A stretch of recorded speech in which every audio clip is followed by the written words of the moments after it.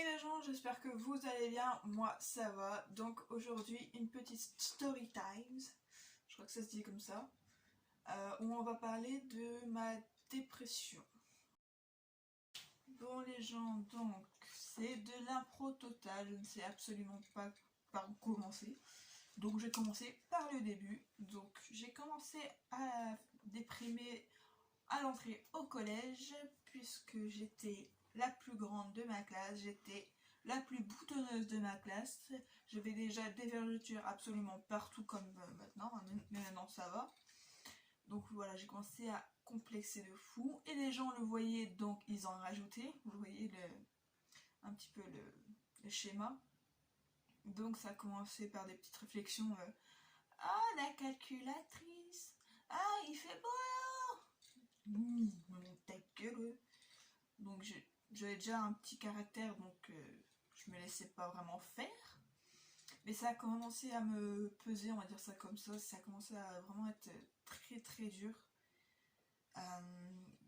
J'ai commencé à mettre j'ai commencé à mettre le pot de fond de teint pour dire qu'on ne voit plus mon acné. Mais c'était encore pire, j'étais orange. Comment vous dire, un pot de fond de teint par semaine, ça coûte cher. Ouais. Et puis plus les années passent, donc quatrième, troisième, donc les premiers amours, généralement c'est à cette époque-là. Moi j'en avais pas. Je voyais toutes mes copines qui avaient des amoureux et tout ça. Donc ça m'a un petit peu foutu les boules, on va dire ça comme ça. Ça m'a vraiment fait du mal, mais je ne sais pas pourquoi. J'étais jalouse, on va dire ça comme ça. J'étais jalouse et envieuse. Parce que mon personne voulait de moi. Oui, je fais ça sur le ton de l'humour. Je sais, c'est pas drôle, mais c'est mon moyen de décompresser, on va dire ça comme ça. Donc voilà, donc quatrième, troisième, les complexes étaient encore là, donc j'ai commencé le cure acné. Donc c'est comme je vous en ai parlé sur ma vidéo sur l'acné, c'est un médicament qui joue un peu sur tout, donc sur la peau, sur les reins, sur le psychique. Donc j'ai commencé à avoir la peau très très sèche et les lèvres très très sèches, donc j'avais toujours les remarques sur mes lèvres. Enfin, voilà, c'est complètement con. Et le fait que ça joue sur le psychique, sachant que j'étais déjà pas très très nette dans ma tête, ça n'a pas aidé. Donc j'ai développé une phobie scolaire. Enfin, développé. C'était le début de la phobie scolaire, puisque je faisais semblant d'être malade pour pas aller à l'école. Bon, ça fonctionnait pas tout le temps. Faut dire ce qui est, ça fonctionnait pas tout le temps. Mais parfois je me rendais malade pour ne pas aller à l'école. J'allais me faire vomir pour ne pas aller à l'école. Pour ça je disais à ma mère, oh je suis malade, je peux pas y aller. Bon, ça fonctionnait puisque. Mais ma mère s'est toujours doutée de quelque chose.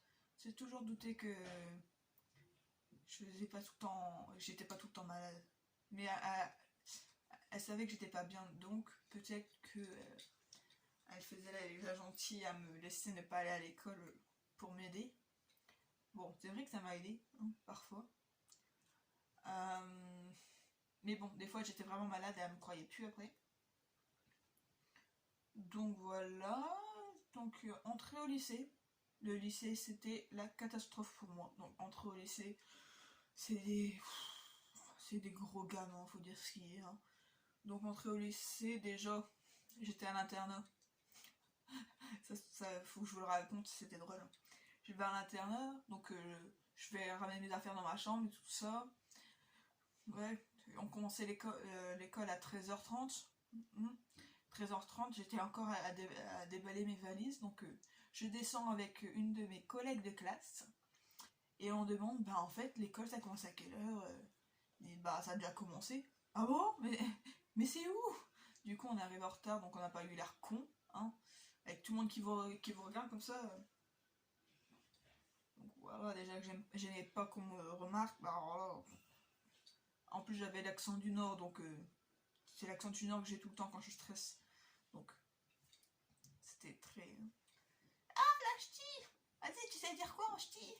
Vas-y, parle ch'ti! J'adore ma ville hein, natale, mais les Bretons, ils aiment bien qu'on parle ch'ti, je sais pas pourquoi. Ils fantasment là-dessus. Donc voilà, donc je suis rentrée là dans cette classe. Donc j'étais entourée que de bombes, comment vous dire, comment bien être complexée. Donc j'étais très complexée parce que elles étaient toutes parfaites, la peau parfaite, toutes parfaites, les corps parfaits. Comment vous dire que j'étais au plus mal. À chaque fois que je rentrais dans la classe, je les voyais, j'étais jalouse, on va dire ça comme ça, parce que je me trouvais très très moche. Faut dire ce qu'il y a, hein, je me trouvais vraiment très très moche.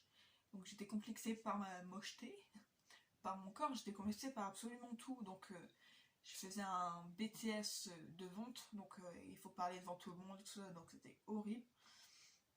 Ensuite vient ma deuxième année de lycée. Bon, la première année, ça a été. Deuxième année de lycée, donc commencement du harcèlement scolaire. Déjà que j'aimais pas l'école, alors là c'est encore pire. Donc commencement du harcèlement scolaire, donc les bousculades. Bon, après je me laissais pas trop faire non plus. Les bousculades, les insultes, les. Comment vous dire, bah, en fait, je sais même pas par où commencer parce qu'en fait, ils m'ont fait la totale. Donc, ils sortaient des conneries sur moi, donc tout le monde le croyait. Je crois que le pire qu'ils ont fait. Ah oui, il y avait une épidémie. Non, c'était pas le pire. Mais il y avait une épidémie de. Comment on appelle ça? Ah merde. Je sais plus quelle maladie. Ah putain. Bref, il y avait une épidémie de je sais plus quelle maladie. Ils ont dit que c'était à cause de moi. Mais bien sûr, je ne l'ai pas eu. C'était quoi? Mais je ne sais plus c'était quoi. Bah, si je retrouve, je vais mettre en commentaire. Bref, donc, par exemple, c'était ça. Ou alors, elle a couché avec un garçon dans les toilettes du lycée. Non, mais tu te rends compte? J'étais encore vierge, comment veux-tu que je couche avec quelqu'un? Donc, voilà. Donc, j'ai commencé à avoir mon premier copain. Ça a duré une semaine. Donc, j'ai pas trop. Voilà. Donc là, c'était la peur c'était par rapport au regard des autres. Donc, comment vous dire que les autres me faisaient des remarques. Non, mais tu sors avec lui, mais t'as vu, il est moche. Mais nanani, mais nanana.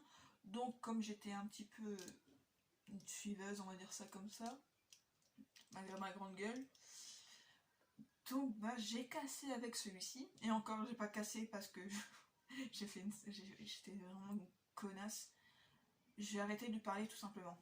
Je lui avais pas donné d'explication, j'ai arrêté de lui parler. Ensuite, je suis sortie avec un autre garçon. Vite séparé, donc tout le monde me jugeait parce que je sortais avec ce garçon alors que qu'est-ce que ça peut vous foutre? Donc voilà, donc après j'ai arrêté. Donc vient la deuxième année de BTS, que je raconte. Deuxième année de lycée. Donc la première du coup. Donc ouais, bah non, je l'ai dit la première. Bon, je ne sais plus où j'en suis. Bon, je vous ai dit, c'est de l'impro total. Donc vient la deuxième année, ouais, je l'ai dit. Donc les stages. Je suis quelqu'un qui n'a pas confiance en moi. J'ai fait un stage en télécommunication. Je sais pas. Vous voyez les casse-couilles là qui vous appellent. Oui, madame, bonjour. Je vends des vitres dans ce genre-là. Donc déjà, je supportais pas qu'il y avait quelqu'un à côté de moi au téléphone.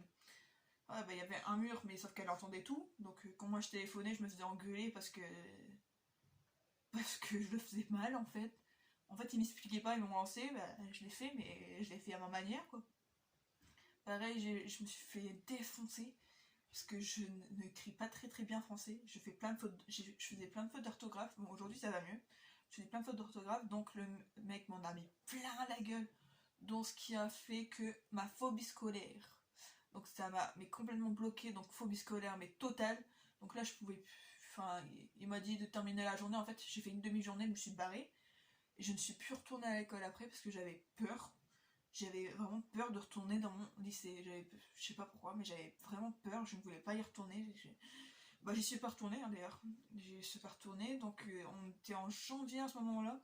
Donc là, ça a commencé la descente aux enfers, on va dire ça comme ça, puisque J'ai dormi 23 heures sur 24 pendant tout un mois. Donc j'étais vraiment très déprimée, je ne voulais pas me réveiller, je mangeais autant qu'un bébé en fait. Je mangeais, pour une comparaison, une saucisse et 2 bouts de carotte, on va dire ça comme ça. Et c'était vraiment la descente aux enfers. Donc ma cousine décède, ça a encore plus descendu. Donc première hospitalisation en psychiatrie, on va dire ce qui est, hein, en psychiatrie. Donc je suis restée à peu près 3 semaines là-bas. Non, c'était pas en psychiatrie, c'était en hôpital de repos. Vous voyez, on était un ensemble de jeunes là, qui étaient dépressifs et on faisait des exercices et tout ça. Donc ça commençait à aller mieux. Enfin, c'est ce que je me disais, ça commençait à aller mieux. Donc voilà. Ensuite, j'ai eu un rendez-vous avec la psychologue qui m'a dit quelque chose qui ne m'a pas plu, mais vraiment pas plu, qui m'a blessée, qui m'a vraiment... Voilà, j'ai pété une durite et je me suis cassée de l'hôpital alors que j'étais absolument pas prête à partir en fait. Sauf que je suis partie, donc voilà, je suis rentrée chez mes parents. Ensuite, 15 jours plus tard, nouvelle déprime. Ah oui, et j'étais accro aux médicaments en sortant de cet hôpital. Donc je prenais n'importe quoi, je faisais semblant d'avoir mal et je prenais Doliprane sur Doliprane sur Doliprane sur Doliprane. Après on a passé au stade suivant, enfin un médicament un peu plus fort, je ne sais plus le nom. Voilà, je prenais à peu près 8 par jour. Hein. À chaque fois que je me sentais mal, bah, je prenais ça au lieu de prendre des antidépresseurs. Voilà. Donc voilà, deuxième hospice, donc je suis resté 15 jours. Bon, là l'hospice c'était une catastrophe, hein. Je voyais le psychiatre une fois et une psychologue une fois en 15 jours. Bravo. Donc là j'ai fait ça pendant à peu près... En fait je faisais 15 jours chez moi, 15 jours à l'hôpital, comme ça pendant 6 mois.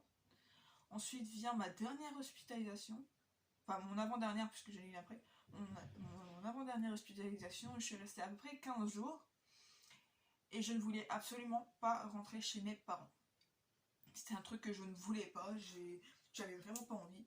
Donc je suis allée, mon frère m'a proposé d'aller avec lui. Donc je sors, quelques jours après on part en vacances en Espagne. Donc je respire, ça fait du bien. Donc c'était là vraiment où j'ai eu le déclic, où j'ai commencé à vraiment me reprendre en main, on va dire ça comme ça.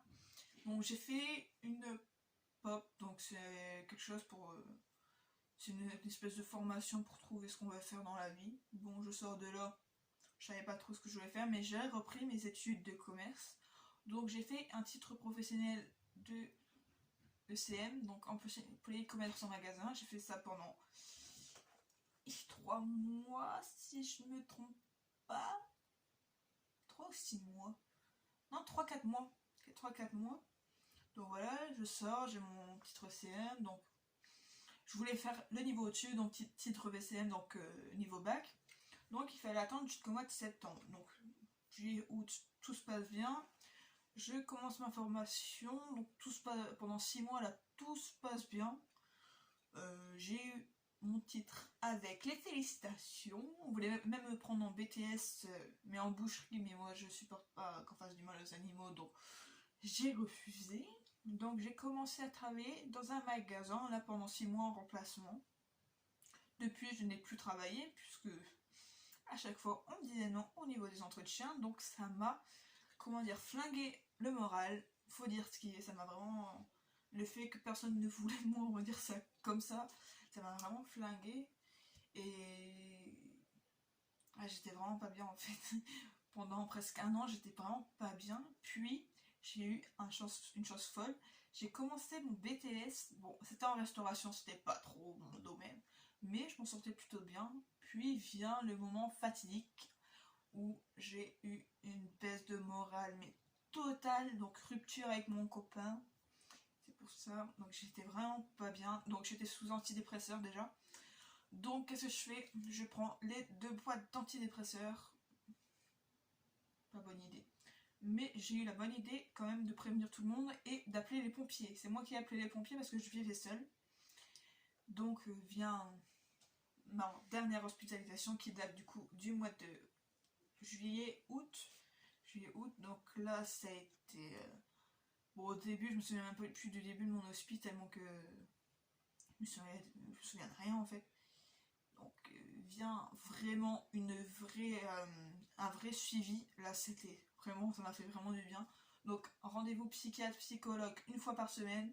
Donc ça m'a fait du bien, je vous rassure, je vous l'ai dit. Donc voilà, donc c'était des petites thérapies, des petites choses, genre écrire des lettres, construire des trucs, les défoncer. Ça m'a fait vraiment du bien. Donc je suis restée pendant 2 mois à l'hôpital. Donc je suis sortie en septembre, donc à la mi-septembre.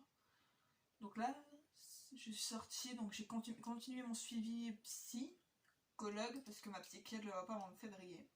Donc là, je suis encore sous traitement, donc antidépresseur, anti je ne sais plus trop quoi. Pour les... En fait, j'ai 3 médicaments, mais je ne sais plus à quoi ils servent. J'ai même un médicament pour dormir. Donc voilà, je suis encore sous médicaments aujourd'hui. Donc ça va un peu mieux, on va dire ça. Donc c'est pour ça aussi que j'ai lancé ma chaîne YouTube. Donc c'était pour me revaloriser. Donc je me suis remis aussi sur mon Instagram à publier des photos, à discuter avec les gens. Donc c'est un peu une manière pour moi une thérapie, on va dire ça comme ça. Donc voilà, donc aujourd'hui ça passe. On va dire que le moral est moyen, on va dire qu'il est stable. Je suis pas déprimée à fond, mais je suis pas au top, on va dire ça comme ça. Mais je suis franche, hein. Voilà, donc c'était voilà ma petite histoire. Donc